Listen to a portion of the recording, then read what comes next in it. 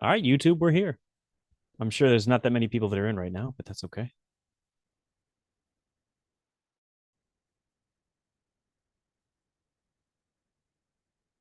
Pause that. Close that. Drink that down.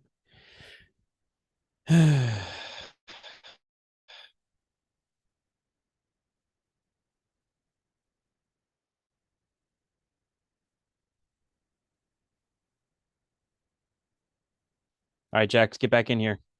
You're live with us on YouTube right now.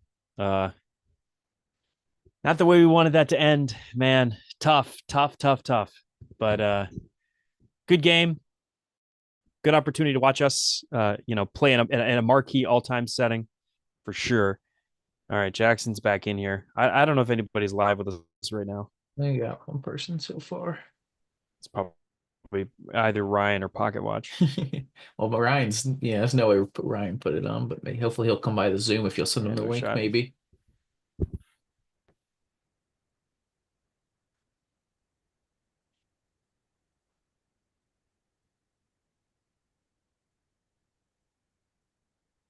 All right, you ready to lead us in while I share this out? I'm gonna start recording. Yeah, let's do it. All right. And here we go. Three, two, one. All right. We had quite the historic night tonight, coming off the Maui Invitational that we were champions of. We came in with a number 2 ranking to Cameron Indoor Arena, Duke's famous home court with the crazy fans. It was a really cool opportunity to play a top 10 Duke team with a Kim Pom #1 defense. We had the Kim Pom #1 offense. Kansas went down tonight, who was #1, who we were trying to get over. So if we won tonight, we would have been assured to be the #1 team in America. But alas, it didn't happen tonight. We went down 84-78, a 6-point loss to the Dukies. It was tough. We got out rebounded. There were a lot of fouls, people getting in foul trouble, a lot of open threes in the first half by Duke.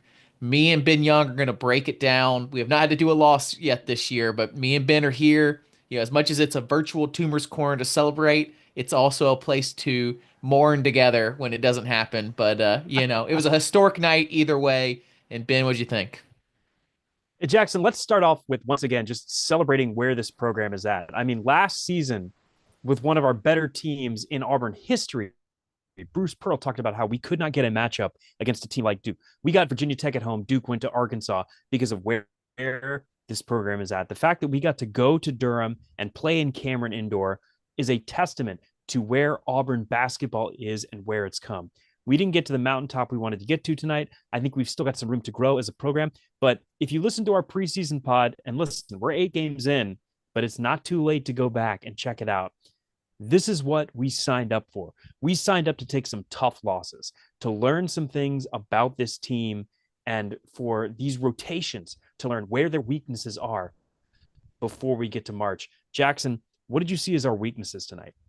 Rebounding really killed us tonight. We have been the taller, more athletic team the entire way so far. We have been pouncing on other teams. We have seen so many great rebounds with Janai Broom or Chaney Johnson gets up there and grabs it out of the air. Dylan Cardwell as well. And tonight we got really out rebounded in the first half. I look at the stats now, and I'm surprised to see that we actually ended up leading 39-34 in rebounds. And even more surprising, we actually ended up leading in all of its rebounds 15-12. I wish we had the second chance point stats. Maybe Ben can find it. I wish we had the fast break stats because we were losing that in the first half. I don't think we had any at all. And at the end of the first half, Duke had 11 second chance points and 10 points off fast breaks. And we had 0 for both of those.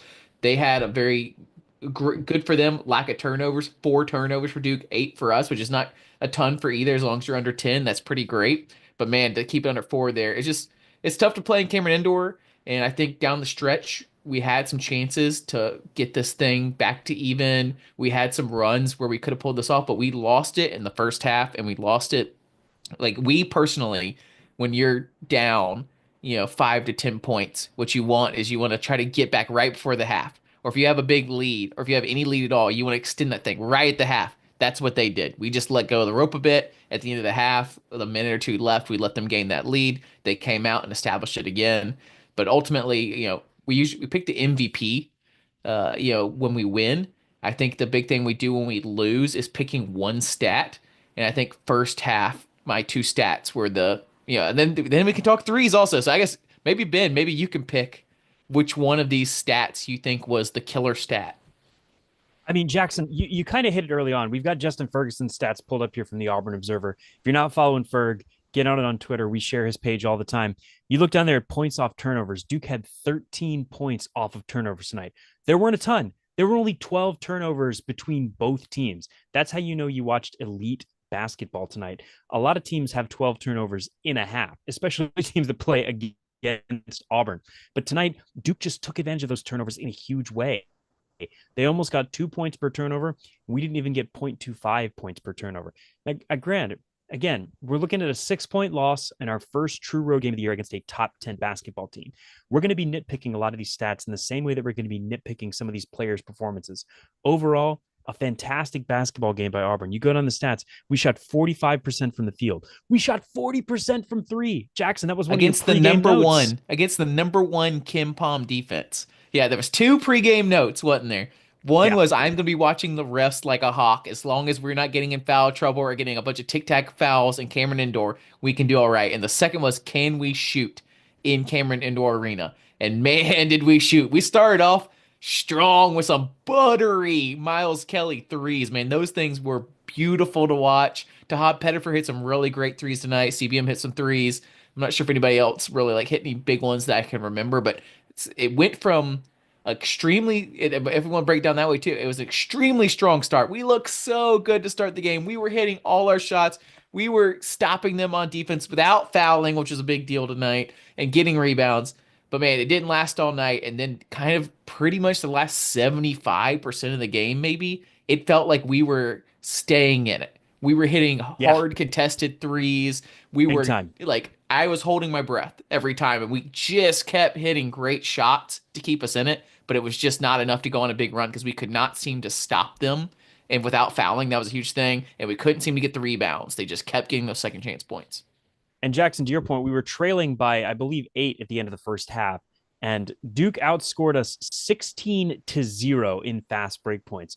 Duke played incredibly disciplined defense, especially in the half court tonight. But my goodness, we got to talk about Duke's star, who barely played in his first couple of games, but came out tonight and hit 6 of 8 from behind the arc. And the vast majority of them were easy shots in transition. Isaiah Evans for the Duke Blue Devils. He's a 6'6" true freshman from Huntersville, North Carolina, hometown kid playing in the biggest hometown game for Duke this season. And he showed out in the first half. He finished with 18 points in the first half. Guess how many points he had in the second half? 0. 0, baby. You want to talk about great adjustments by the staff. If you want a reason to continue to believe in this team, even after a loss, all you have to do is look at the adjustments they made and the game they forced to Duke to play in that second half. Again, Jackson, we lost it. We lost in the first half. It's tough to say, but we lost in the first half. The score at the end of the first was 43-36 Duke. We won the second half 42-41. It was a slugfest. It was two great teams. I think you're going to see this down the stretch that these were two great teams that played this game. And it is tough, no matter who you are, to go into a top 10 Duke and Cameron Indoor and come out with a win. I don't feel bad about this team.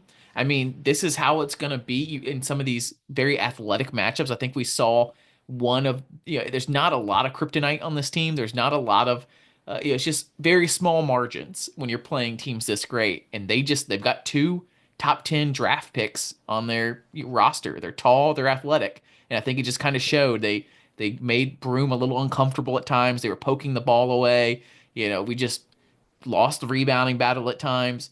I think it kind of just showed, someone like Denver Jones, someone like Chaney Johnson, they just kind of struggle with the athleticism.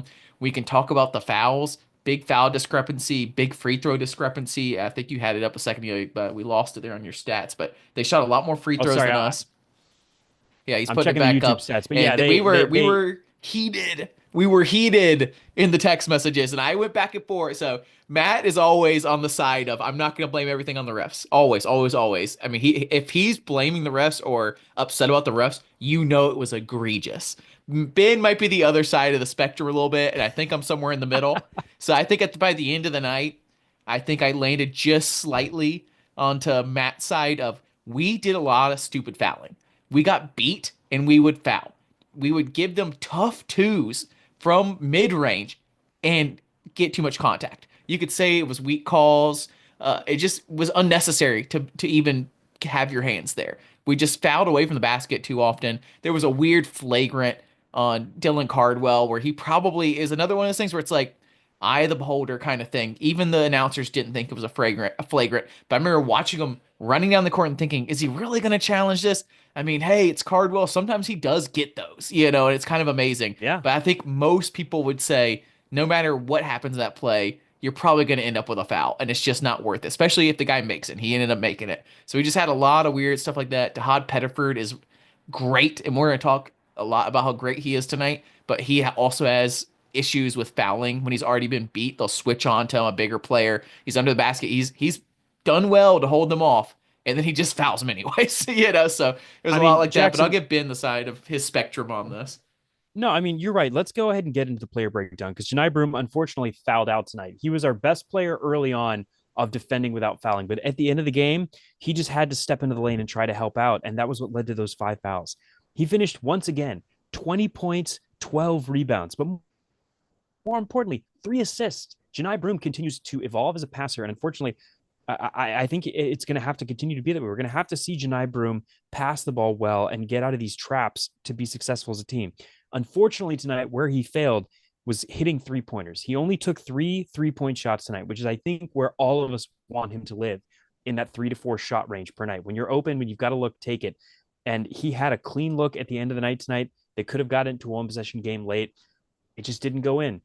He's still a great shooter, and I'm still fine with him taking that shot. Go ahead.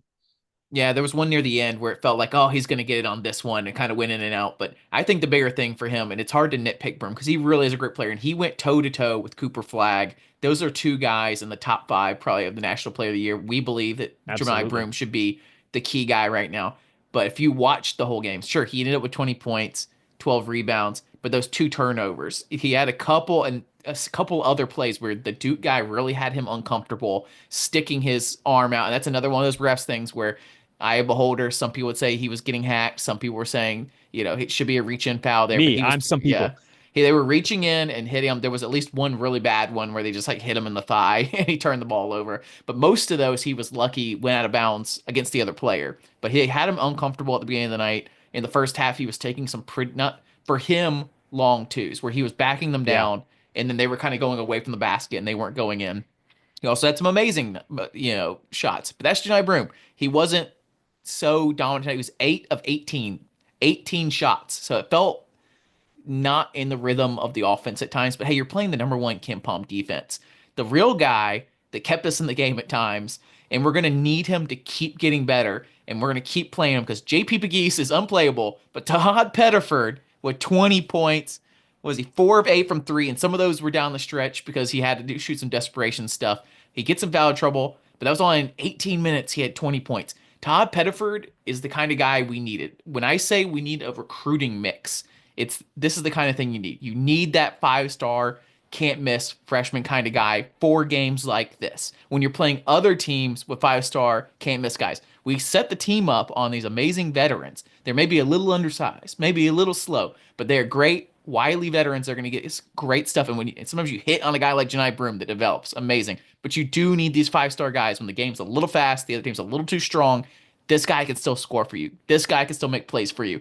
And he might be a little too confident at times. He gets in the foul trouble, but man, I think by the end of the year, if he can keep his head straight, Todd Pettiford is going to be somebody amazing to watch. And he might be starting in that. I was surprised he wasn't starting in that last like 2 or 3 minutes of the game when we really need him. But I think they I just think the didn't only quite reason trust him enough because Denver Jones no, didn't have a great game. So it was about size. We knew at the end of the game Duke was going to try to go in size, and Tahad's only 6'1", and Denver Jones is a better defender. But I mean, you look at Denver Jones's night tonight: 4 assists, 3 rebounds, 0 points. Denver Jones cannot have 0 points and Auburn be successful as a basketball team. I think that might have been the difference tonight. But yeah, to go back to your numbers for Tahad, 4 of 8 from three, 8 of 15 from the field. He and Janai Broom took most of our shots. I think you and I would say we're totally fine with that. Those are two guys we love, absolutely shooting up the floor. And we got 40 points out of both of those guys. Jackson, on the whole, we finished with 17 assists, on 29 made field goals. That's a little low for our average. I know Matt Donaldson, he couldn't be with us here tonight, but if there was a stat he'd want to focus on, it'd be talking about our assist to made baskets number.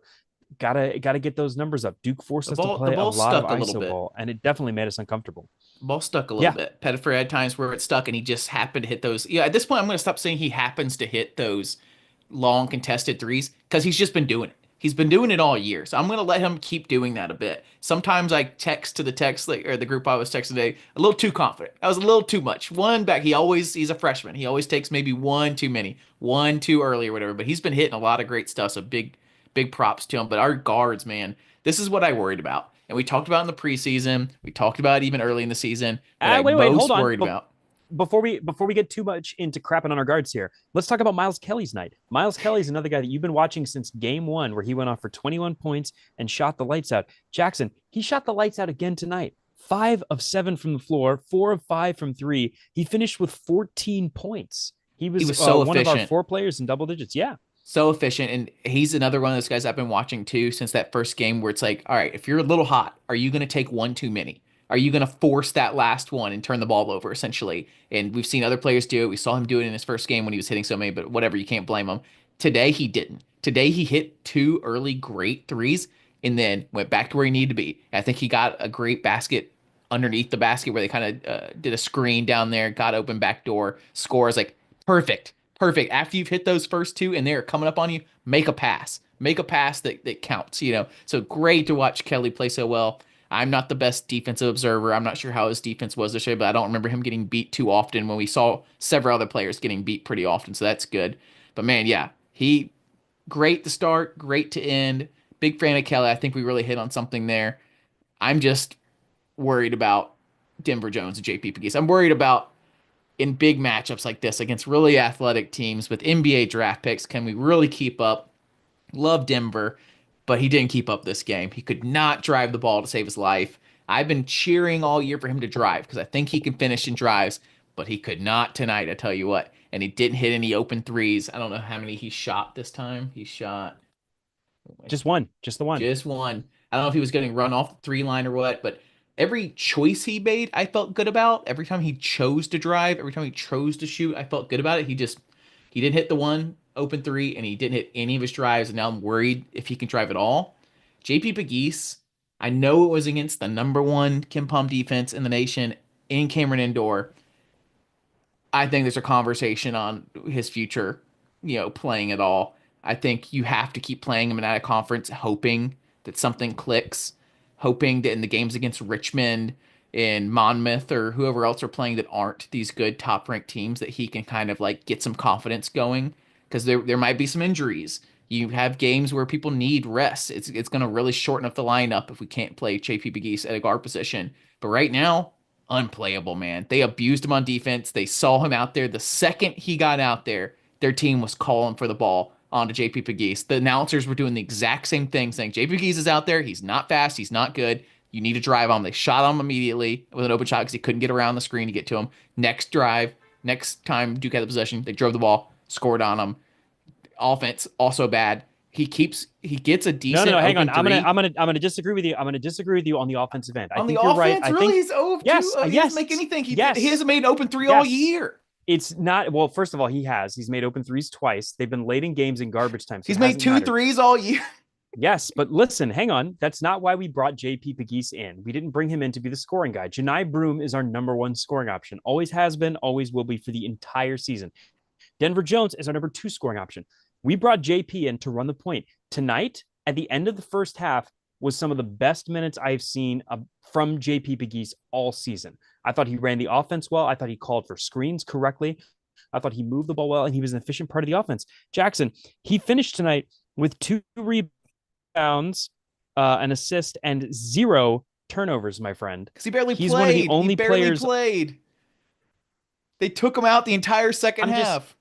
I'm just saying it's not his fault that other guys can't make shots while he's on the floor. You Listen, can't hold that against him. We brought him in to move the ball. The ball is continuing to you move know who better. was We like saw it that? against Memphis. We saw it tonight. Zeb Jasper was like that.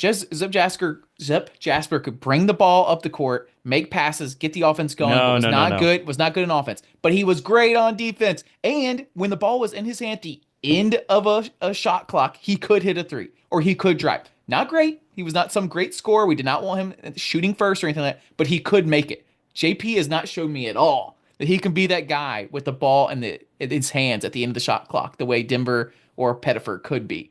Look, It was bad, man. I just, we're not gonna fight over JP Pegues because I'm not tied to his minutes. I think you're right. I think we still need to see him improve against this top kind of talent if we want him to play in March, because these are the type of teams he's going to be playing, and Duke exposed him and continued to Pett, show that he is not ready to play in this level. But a guy that we thought, Pettiford cleans up the fouls, man, and he yes, doesn't show me something by the end of out of conference. Done. No more. We're just gonna the give guy that those we minutes have to to Pettiford. the guy that we have to talk about, who's looked good and out of conference so far, but really got exposed tonight against a team with size. And we said he was going to be an important part of this game tonight. Chaney Johnson. Chaney Mm. Johnson, all offseason, has not been able to stay out of foul trouble. He finished with 3 fouls, 5 points. He did have 6 rebounds to be second on the team behind Janai Broom. But Jackson, we just didn't get enough from our power forward tonight. 2 of 7 from the floor and 0 of 3 from 3-point land. That's not going to do it for a four in Bruce Pearl's offense. I mean, look on the two guys that did well tonight, Janai Broom and Pettiford. Two guys that are freaks, and I think that's what we worried about when we do some of this recruiting out of the smaller leagues, out of the mid majors, out of the D2s is, man, Chaney's played way better than I thought. I was his biggest hater or his biggest critic or his biggest skeptic coming into the season because he is a little undersized. He's not as athletic as I thought he should be. He played really well so far this year. He played great against Houston, great against Iowa State. I was ready to shut my mouth. But some of these guys, when they go up against these NBA draft pick guys, it kind of gets exposed that they're not quite there. So that's just how it is. I'm still very happy with him overall. We're not going to have a lot of games like this year, I'm hoping. But hey, we have rings in our eyes, trophies in our eyes, banners in our eyes. So it's going to be tough. We are going to be a little more critical than usual because that's what we're hoping for this year. I think that's what we're capable Yeah. of. And I don't think anything this game necessarily showed us that we aren't that. We're not going to have maybe one, maybe two other games like this in the top 10 away in a hostile environment. But nobody other than maybe Auburn Reed is as hostile as Cameron Indoor. So, and it has as many draft picks as Duke does. I don't know if anybody, maybe Kentucky has some, I don't know. But man, I'm still happy with the team overall. And we're Oh, criticizing look. little things here Yeah, and yeah, there, yeah. but like, If you that's haven't just how listened it to our is. Maui coverage, go back and listen to our Maui coverage, including Ryan Storm and Norman, our roving correspondent, who is in Cameron tonight to witness history as Auburn played at Cameron Indoor for the first time. Um, Unbelievable. Unbelievable we're he got to go there. I know we lost, but like that is a absolute bucket list sports moment in America is to go watch a game yeah. at Duke. I hope we get there one day at Auburn. I don't, it'd be very difficult. You need a guy like Coach K for 30 years. We got Bruce Pearl. We'll see if Bruce can stick around for another 20 years and create Krasinski, Coach But K again, created at Jackson, Duke. exactly like you're talking about. This isn't we're not hoping this team makes the bubble. We're not hoping this team is fighting for a first round bye in the SEC tournament. We are banner chasing. We've already hung one, winning the first Maui Invitational ever. Go back and listen to our Maui coverage. This team is legit. But like all college basketball teams, it's got some weaknesses. And one of the downsides of last year, with us just blowing out teams, we tied the record for the most double digit wins ever in Auburn history last season. And that team was not built for playing these close battle games. We've already seen this Auburn team battle back from double digit losses. We've already seen this Auburn team go out and play quad one games, which we barely got to see all of last year. I think this is our fifth or sixth quad one game so far in this season. It's a tough loss. You don't want to lose any games in college basketball, but it's just a fact. You play 31 games in the regular season, you're probably going to lose a couple. So we want to talk about what we can learn from this game. Well, And Jackson, I a want to guy go I to think the, learned a lot from this game was Chad Baker Mazara. He's the oh, last guy I want to talk about tonight because Chad Baker Mazara was our third leading scorer tonight with 17 points. He finished with 3 assists, only 2 rebounds. But Jackson, he was 5 of 5 from the free throw line. He was 2 of 2 from three. He was 5 of 8 from the floor. Incredibly efficient on offense with 0 personal fouls. well, 0. I'm No techs. CBM's biggest fan. I know his mom listens. He even like liked one of our things and put on Instagram. I'm a huge CBM fan. He just has something nobody else on this team has. But I love when our podcast just like goes into the thing I want to talk about anyway. So I love you guys. I love the chemistry we have. But one of the guys in the chat, Sony Chu, which I don't know if I've Sony seen Chu, before. baby. So welcome. Said didn't like to see CBM doing weird baby just so talented, but gets weird at the worst moments. Another guy, Gibbs, responds, the CBM behind the back inbound was the most CBM thing I've ever seen. CBM, man, he's so frustrating. I thought this year he would clean it up some. I know he's Matt's like least favorite player because he's the exact opposite of the kind of player Matt loves. Matt loves a quiet guy like Jalen Williams. I love a more fiery guy. CBM, man, had a great game. We shouldn't have to talk about this stuff with CBM. He made a weird behind the back pass that was a turnover in a crucial moment. He had another weird moment where I totally get where he was coming from. One of the UNC guys players kind of like stepped up on Cheney after like a tough jump ball situation, but it was just one. It's always CBM. It's always CBM. It's one thing if that was anybody else, it wouldn't matter. But CBM's got quite the record now, and he's gonna be in trouble with the refs. And then he had one more. Oh, he had a kind of push thing. It's again, was it a foul? They said no. The guy flopped. But like, it's just always CBM. Just be cool, homie. Yes, comma, and tonight was the night where we saw the most disciplined version of CBM, with the exception of the behind the back pass. Like the actual basketball stuff, particularly his rebounding. CBM, if you're listening, my God, you are 6'6". You got to crash the boards, baby. But this is the most disciplined version of Chad Baker Mazar we've seen all season. I know we've talked about our desire to see him grow as a leader in the way that we've seen Janai Broom grow as a leader. Janai Broom is so quiet and so good at letting his stats do the talking. And everybody on this podcast, Matt included, just wants Chad to let his stats do the talking. The dude is a baller. He draws fouls like nobody else on his team. He is a guy that will get to the line, and better than that, he makes his free throws. But tonight, listen, it's no one tempting else to. no one else can Go ahead. drive like no one else can take the ball from 3 point line, drive like he does, finish through contact. He does these amazing circus shots that go in half the time. Or if he's not getting fouled, he's finishing. He's dunking on people. Then he's hitting great threes. He's got a great dribble. Like I'm a huge CBM fan. No one on this team can do what he does, and he every game does something crucial. And like you said tonight, I think he ended up with 17 points. It was great. We wouldn't be in this game without him. It's like it's just the little things. They're frustrating. You never know what's going to happen with CBM. Overall, still And a again, huge fan. Just clean up the it's little things. tempting. It's tempting to say that once again he's in the middle of everything, but I was so encouraged by tonight because on a night when the referees were so clearly in the home team's pocket. I mean, you look at the foul shot discrepancy. You look at the way that they treated Janai Broom as an All-American versus the way that they treated Connor Flagg as an 18-year-old, or Cooper Flagg, excuse me. I got into the red model early tonight. It was a rough game. You look at the way that the refs treated this game, especially the scrutiny that Chad Baker Mazar was under for those last 3 minutes and 41 seconds. The fact that he never had a foul called on him, he never had a flagrant called on him, and he never had a forced technical called on him shows some growth. I think Chad is aware of this microscope that he's under. And if he plays like he did tonight, I'll take it. I don't mind the referees stopping play and giving us more time to talk and think things over while they go and nitpick. Because tonight, Chad played clean. We didn't see any of the dumb elbows. When he came in to pick Cheney up off the ground, he came in with his hands flat and just put his body in the way. The refs moved him out, but He's he like didn't the do any. kid. He's like the kid in class that is always cutting up. So the teachers, like, if anything happens in the classroom, they automatically look over it. But he did. I mean, he's kind of deserves it. He's always in the middle of it. So like, then it's like moments like this where we're nitpicking and we're like, did he really do anything wrong? Maybe not. It's just a reputation thing. It's just, man, you wish he could have a couple games. I mean, he does. He has games where there's nothing to talk about. It just seems like we always have to talk about it, and we never have to talk about this stuff with anybody else on the team, especially now that KD Johnson's not on the team. So it's just The something we last, had to yeah, talk about.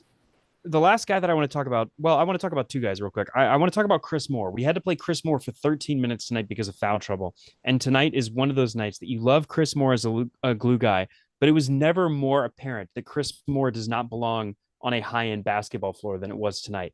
It's not so much that he gets cooked on defense. It's the way that he invites one-on-ones, and it's the way that he is just an offensive whole. Chris Moore shot 2 3-pointers tonight, and that's just too And many. I was cool with one of them. I I was really cool with yeah, one of them. He took one in the corner that said, "All right, you got to stay. Yeah, I'll take it." He's been great all year making that pass and not shooting that three. I can totally see Bruce probably got in his ear and said, "You got to shoot it every once in a while. Just if they leave it open in the corner, go ahead. We know you can make one of those every once in a while." It was the second three that was like, "Oh, that was early in the shot clock, and it was at the top of the yeah, key. You could have just made the next pass yeah. like you always do." He got a big shout out by the announcers early, being like, "Hey, he's actually their best defensive player. Watch this," and he just It was I mean, fine. look, I think he's got good defense. I do. he He's got just a matched up. black hole on Yeah, offense. he got matched up on Cooper Flag a couple of times and did the thing that we were begging guys to do all game. Let him shoot. You're playing good contesting defense. Let them shoot. And Chris Moore played some good defense tonight, but it reminds me a little bit of Lior Berman. Like 10 minutes plus against these elite teams, Chris Moore is just not that guy. And that's where I think Auburn as a program needs to take the next leap. Duke doesn't play guys like Chris Moore. And if we want to be on that level, guys like Chris Moore can't play in these type of games.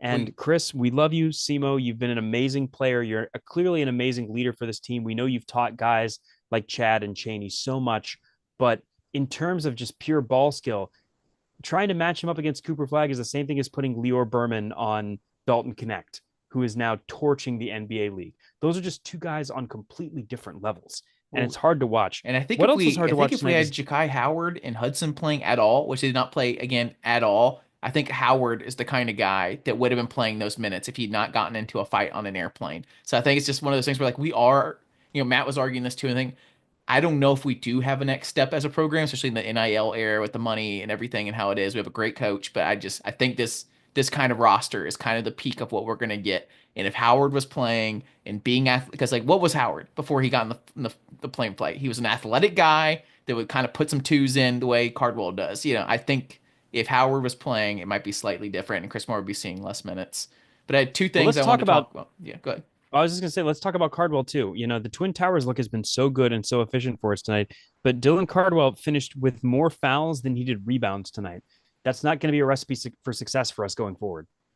We just basically, I mean, this is we knew coming in. You've heard my arguments in the preseason pod, like our betweener players, our guy. There's kind of been eras of Bruce Pearl basketball. It went from like early on, like unathletic guys that are also not talented, to when we went, you could either have a talented guy or you can have an athletic guy, but you can't have both. And now we've kind of got a couple guys on there. They're both athletic and talented, but you still have some guys on there that aren't. They're betweeners, the Cheney Johnsons that are not quite athletic enough that they need to be, the Chris Moores that aren't tall enough for how he plays.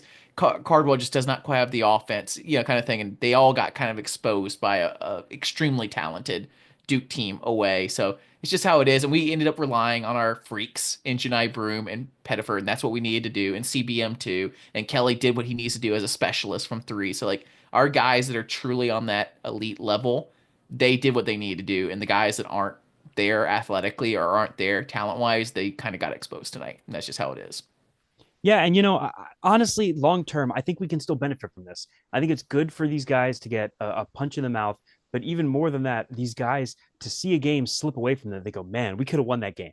We came out and we were up 11 on the road at Duke with our starting five, and then we sort of let go of the rope there with our defensive rotations. I think there's a lot of things that when they watch the film, guys are going to be able to take away from this game that mean so much. I had two things I wanted to talk about before we let this thing go. One, we already talked about the 3-point shooting of their player. Let me get his name here right. 22 points. No, not that guy. Isaiah Evans went 6 of 8 from 3, all in the first half. Dude went off, and we left him open constantly. That I just don't feel like we because this is the exact reason we lost the game. I mean, you can talk about rebounds, points off turnovers, but in the first half, we had so many open threes shot on us. So Isaiah Evans going 6 of 8 and scoring 18 was not actually that surprising because it seemed like every shot he took was wide open. They were doing something on offense that really messed with our rotations that left him wide open over and over again. So I think I said it in Twitter, follow our Twitter. I said it and texting with the guys like we're gonna figure that out. But they've got something on us right now, and we did. We figured it out in the second half, completely shut them down. But that was probably the biggest turning point in the game was just leaving this guy wide open at the 3 line, and of course he hit them over and over again. So I just had to put an exclamation point on that because I think there's gonna be a lot of people over the next week talking about that was what happened. That's why we Yeah, and lost was those it open was threes. those transition shots. I mean, you see it right there in the fast break points. They beat us 16-0 in fast breaks,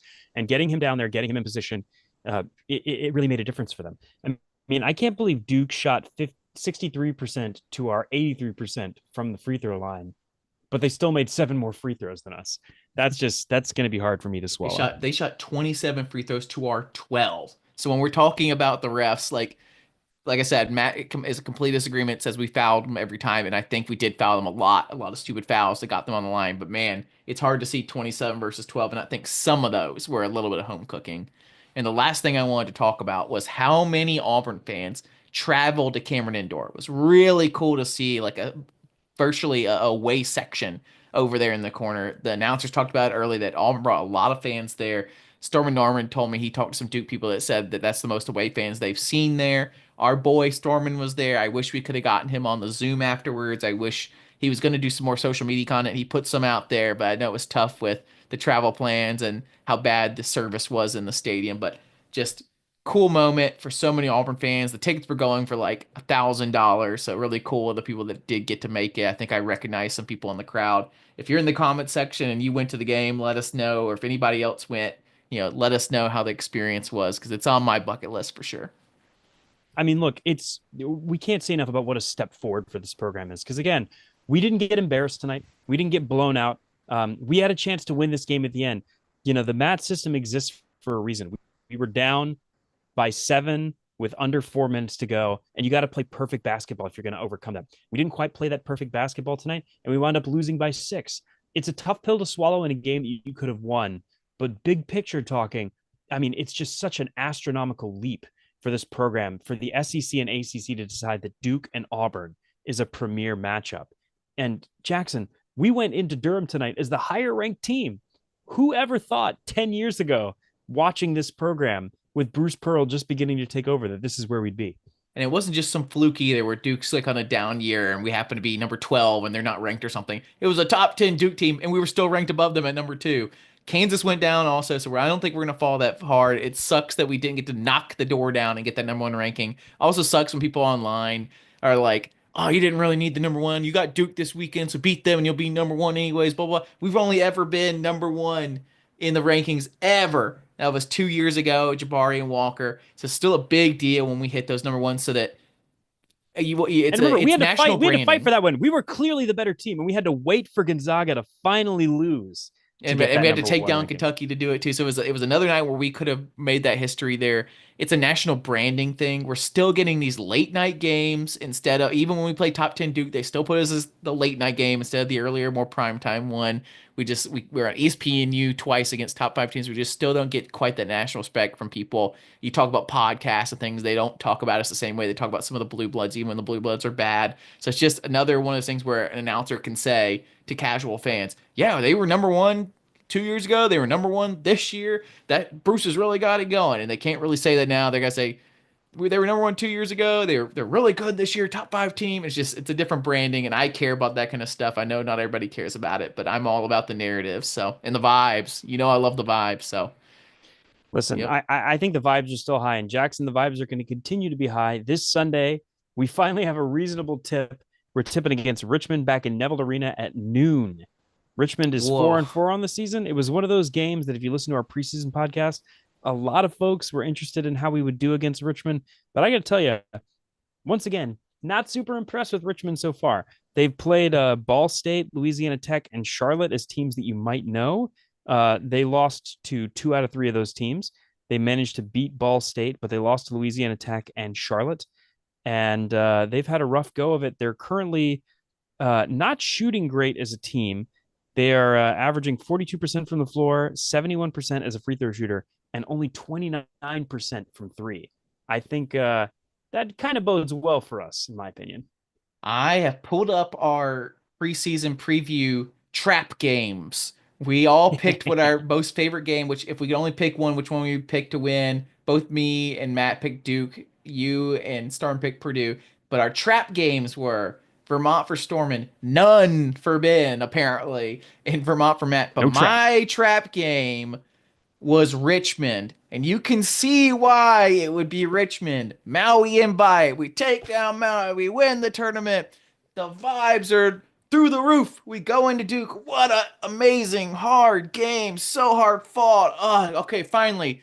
Time to rest. Okay, oh wow, it's a Sunday too. Okay, yeah, like weird timing, but yeah, we'll get out there on Sunday, even though that's not what I usually do on Sunday. And oh, the students are a little lethargic. There's finals and who's in the student section and why is it early on a Sunday? Trap game, trap game, trap game. Like I'm worried about it. So just whatever you need to do, folks, make sure this and Bruce always gets them up, but like I will be watching to see if it's a spider trap. There's a spider called a trap that does traps, so I'm watching out for And the that. other Richmond Spiders. Look, Delani Hunt, fantastic player, but he's averaging almost 35 minutes a game for them, scoring 20 points. He's only shooting 25% from three. I think it's a really good matchup for us. It's one of these classic games where Janai is going to feast, I think. I don't think they have a matchup for him inside. I don't think they have a matchup for Dylan. And then the week after, we've got a game that has lost a little bit of cachet after they got blown out by Maryland tonight. We're playing in that holiday hoops giving game Saturday, December 14th against Ohio State. The Atlanta alums love that one. I don't get it. I don't like. I'm not a huge fan of the Atlanta neutral site game. We lost to Memphis a little bit back on that. Beat Nebraska and Indiana, which is cool. I know some people enjoy going to them. I always like our home and homes. But yeah, Ohio State out there. So another big one to watch. Man, just so many great games to watch this year. Don't let this Richmond game be a neutral, students. Come on, fans, make it out there on Sunday. Tell the pastor or the preacher at church that you need to get out a little early. We don't need to do the invitational song for too long. Maybe speed up the communion plates a little bit. Like get us out by 11 so you can make it to the game on time.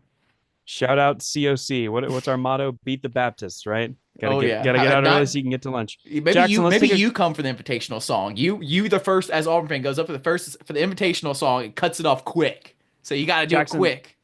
Let's take a quick look around the league. The SEC absolutely dominated the SEC ACC challenge tonight. Alabama whooped North Carolina on the road. Florida beat Virginia. Boo. Huge games. And Mississippi State beat a ranked Pitt team 90-57. If Did I'm we reading this correctly, I believe the SEC finished 12-2 against the ACC in the ACC SEC challenge. Jackson, we the got a lot of quad one opportunities coming up for this team.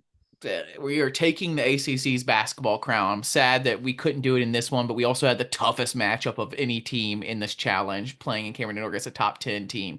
So it's just what it is. I think we've taken the ACC's crown. I think you've just seen the ACC basketball conference drop off a ton now that money's playing such a big deal in the conference, and there's just a lot of schools in the SEC spending a lot of money. We turned that corner about 5, 6, 7 years ago with the SEC really caring about basketball. And now we're spending money and getting some of the best players. And I think you're going to see a big drop off. Two great coaches at Duke and North Carolina leaving is going to hurt them.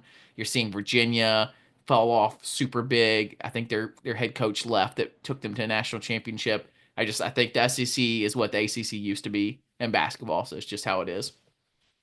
I don't want to disagree. And Jackson, it's our first lost podcast of the season, but I still got to ask the question, man. Are you having fun? Man, I'm still having a great time. Like that was still a really cool experience, and that's why we play this schedule, and that's why I've argued so often that we play this schedule. Is it's not like other sports. You can lose at Duke as the number two team, and people are still going to respect you. I guarantee all the national podcasts and even all the Auburn podcasts are going to be talking about how we're still a great team. It was a great matchup. It was great for college basketball. I still had a ton of fun watching. I was frustrated, but man, that was really fun. I'd much rather play that than against North Alabama or South Or Virginia Florida or Tech like we whoever. did last year? Yeah. Also, are we playing the same? Are we? Is Alabama playing Purdue, Houston, and North Carolina just like we're playing Purdue, Houston, and North Carolina? They play Purdue Listen, this that year team too. that team from up the road can't help but copy us. We went to the Final Four. Now they have to go to the Final Four. They're just trying to Worse. steal our jam, man. What are you gonna do? Anyways, thanks for coming to the chat, guys. Come join the YouTube and have the chat in here. It wasn't quite as active after a loss like this, and it's also 12:30 at night on the East Coast. Yeah, So, wait, hang on. We got. Let's go through and let's before we wrap this up. Let's talk about some of the chat we got here because we got Mr. Gibbs saying, "Well, fellas, it was fun. Couldn't quite get it done. We're glad you're having fun." He's also talking about guard play. I think we still have some chance to improve that. Sonichu, it's good to have you back. We saw you last season. We're glad you're here. Chris Thomas, War Eagle, always brutal environment to play in. Couldn't have said it better. Mr. Beautiful, ironically, we might end up number one next Monday. You never know. I mean, maybe teams could respect this loss if we throttle Richmond. There's still a shot. So, gang, thanks for being here. We appreciate you coming into the live chat. War Eagle. War Eagle, everybody. All right. Late one, late one. Whew. All right, Jax. Thanks Buenos again, live noches, my YouTube. man. This is the special time that you guys get when it's done on the pod. But Matt or Ben, you got to put this up. Have you figured out the thing to combine it yet? An easy way to Yeah, do yeah, that? yeah, yeah, yeah. I just hadn't No. been using the Riverside, but yeah, no, Riverside works fine, so it's no big deal. Let's talk again Friday.